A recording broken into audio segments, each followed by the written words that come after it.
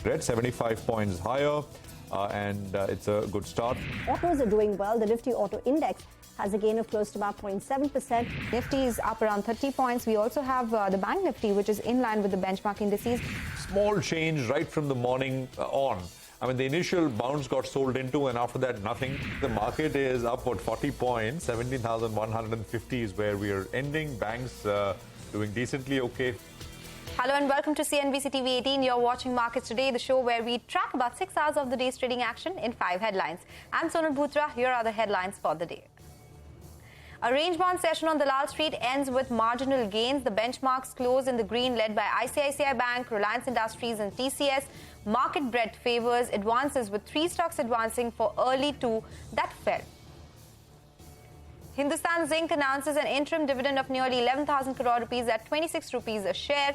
The company's 4th interim dividend this fiscal will give promoter entity Vedanta nearly 7,000 crore rupees, while the union government will garner 3,000 crore rupees. However, this move will drain the cash reserves of HZL, leaving it with just 400 crore rupees. Life insurance stocks are back in favor for the first time since the tax blow following the budget. This as analysts turn upbeat on the sector following a new policy regime and valuations boosts. Gail gains after India's all-sector regulator PNGRB hikes average tariff by 45%. This is for the integrated pipelines. This is for the year FY24. The tariff hike is in line with street expectations.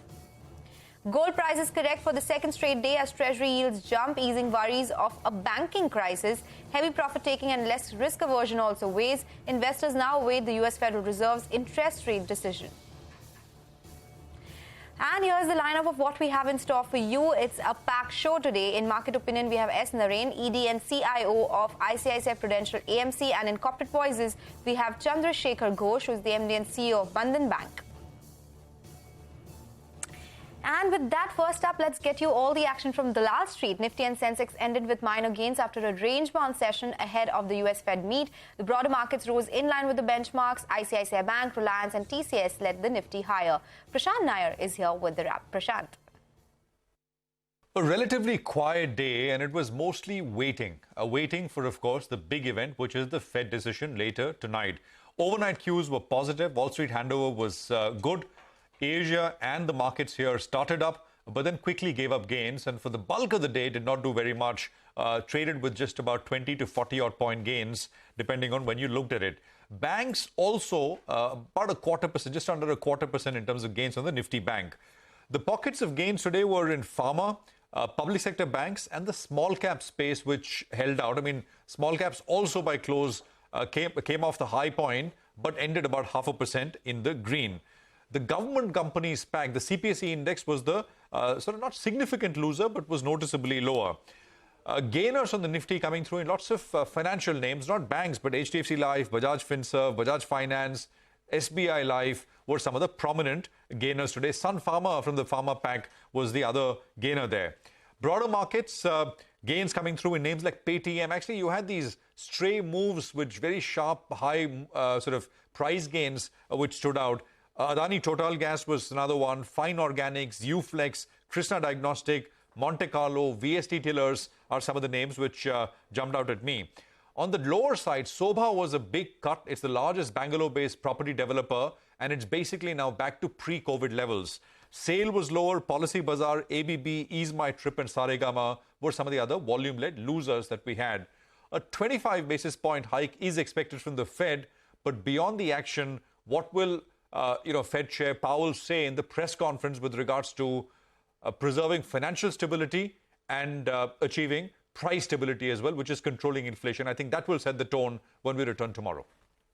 Prashant, thank you so much for joining us with that analysis. Let's get you some important market opinion now. S. Narain, who's the ED and CIO of ICICI Prudential AMC, says the market could see a relief rally post the Fed meeting. He adds banks are reasonably valued compared to other consumer discretionary sectors. Take a look.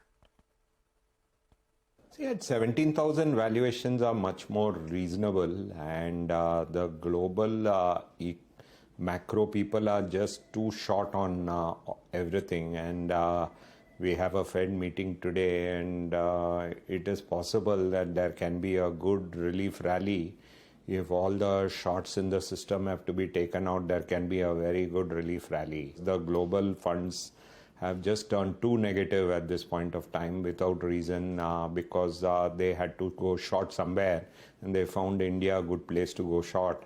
So I think tactically we are very well positioned, but at the same time we don't believe in very big market rallies. Every one of the domestic funds and every one of the global funds has roughly 25-30% in banks. So if there is a redemption, people have to sell 25 to 30% banks. So till you see good inflows, banks don't perform, not because it is attractive and unattractive, but because it is a big holding in every fund. Of all the consumer discretionary stocks, this is one of the sectors where in the last 10 years there has been very low growth. So people don't put implied growth assumptions which are ridiculously high. So that makes the industry much more reasonably valued compared to many of the other consumer discretionary industries. All right, that's some CN opinion coming in. Let's stick with the market opinion. Ashwath Damodaran of the NYU Stern School of Business believes the SVB crisis is a perfect storm. Listen in as he explains why.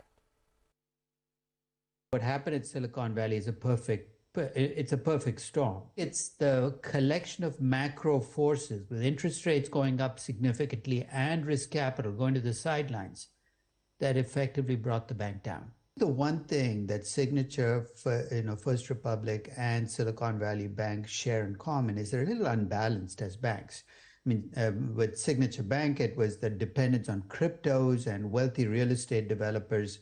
With First Republic, almost 70% of the deposits are uninsured. They cater to a wealthier group of investors. Their wealth management arm is very strong. So I think what this is a signal that if you have an unbalanced bank, a bank that's grown by catering to a segment of the market, it's more exposed than a more balanced bank.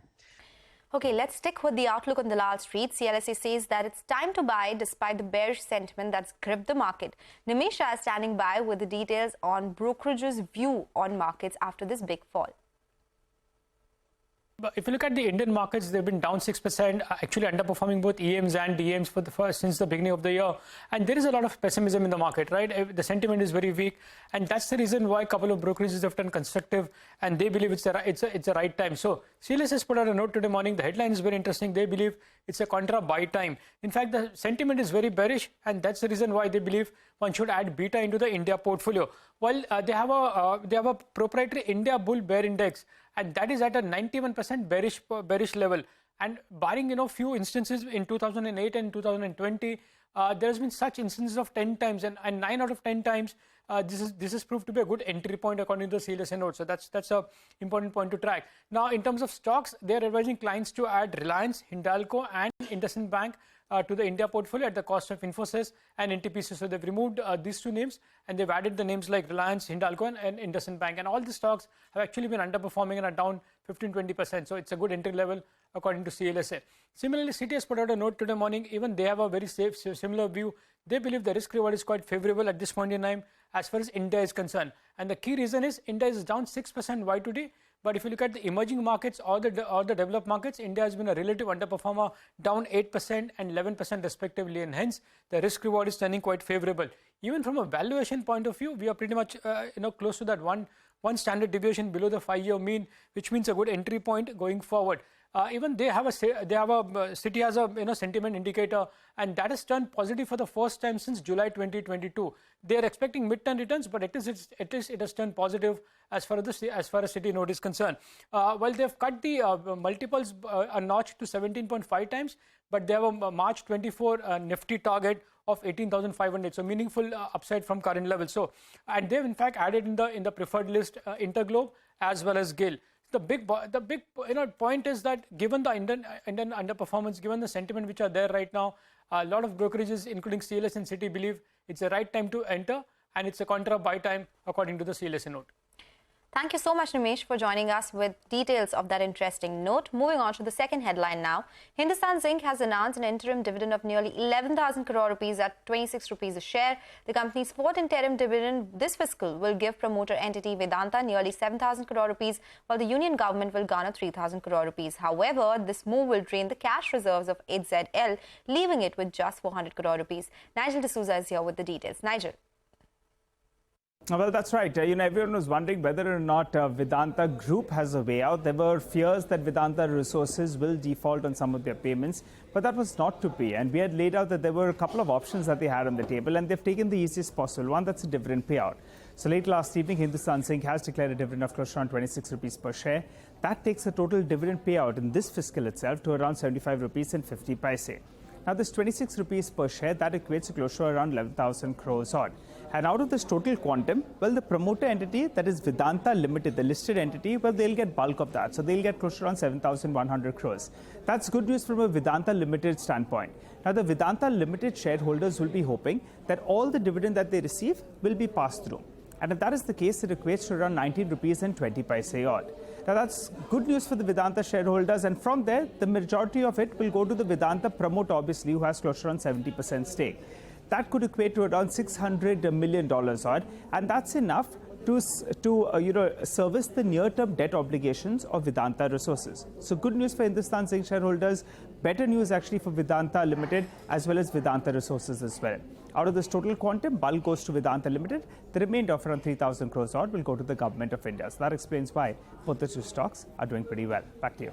Okay, all right, Nigel, thank you so much for joining us. The third headline now, life insurance stocks are back in favor for the first time since the tax blow following the budget.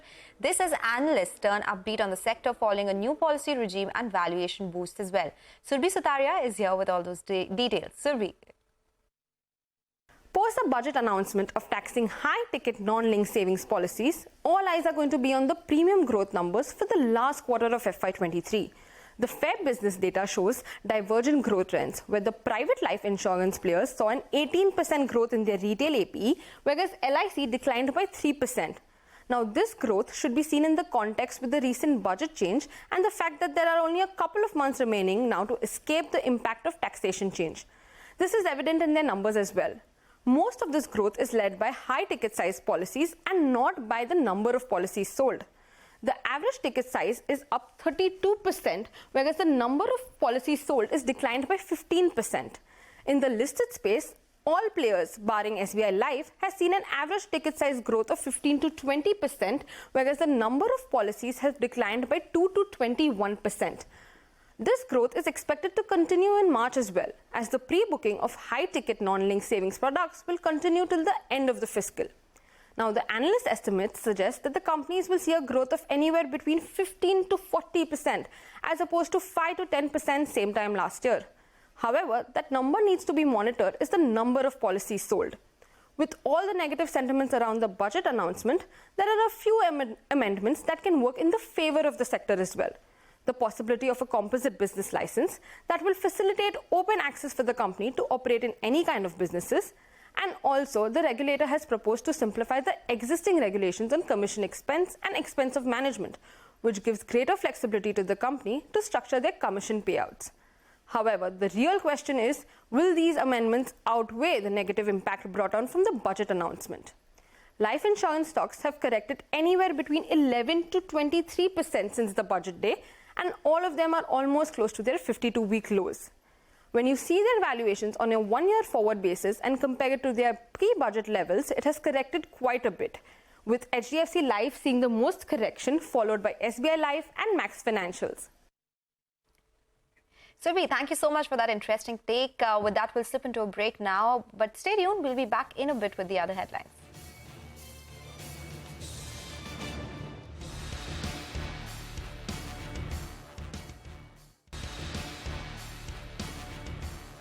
Welcome back. You're still tuned into Markets Today. Let's go to the rest of the headlines that we are tracking for you. To the fourth headline now, Gail has gained some ground after India's all-sector regulator PNGRB hiked average tariff by 45%. This is an average increase across the pipelines, the integrated pipeline tariff that is, and it is largely in line with expectations. So when this news really came out, the stock surged to the day's high, up around 3%. It came off from the highs but closed in the green. Now, the new integrated natural gas tariff will be at 58.6 $63.61 rupees per MMBTU. This is on a gross basis, and this is a 45% increase versus the current, that is the FY23 tariffs, and 38% hike versus FY22 tariffs.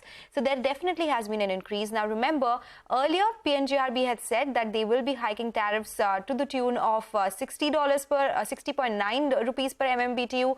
Gail had asked for a 70% hike. The street knew that, okay, 70% hike will not come about, but the expectation was that it will be between 40 to 50% as far as tariff hike is concerned.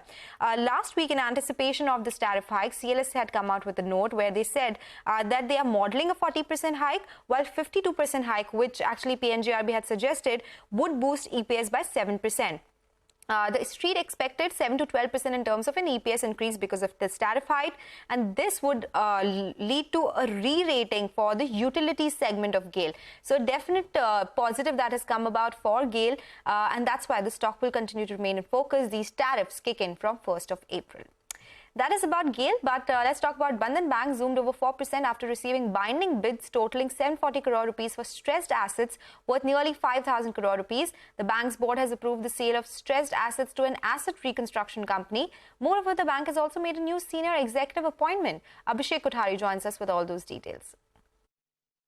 The stress has reduced in the balance sheet, and you have a new appointment of executive director coming in. So board has approved the sell-off of 2,614 crores. This is a return of portfolio, a little more than 28% of return of portfolio in last few quarters, and about 2,316 crore, which forms about 33.3% of gross NPAs, which will be sold to ARC or asset reconstruction company. So bank has received a binding bid of 369 crore for the return of portfolio and about 371 crore for the NPA on security receipts basis.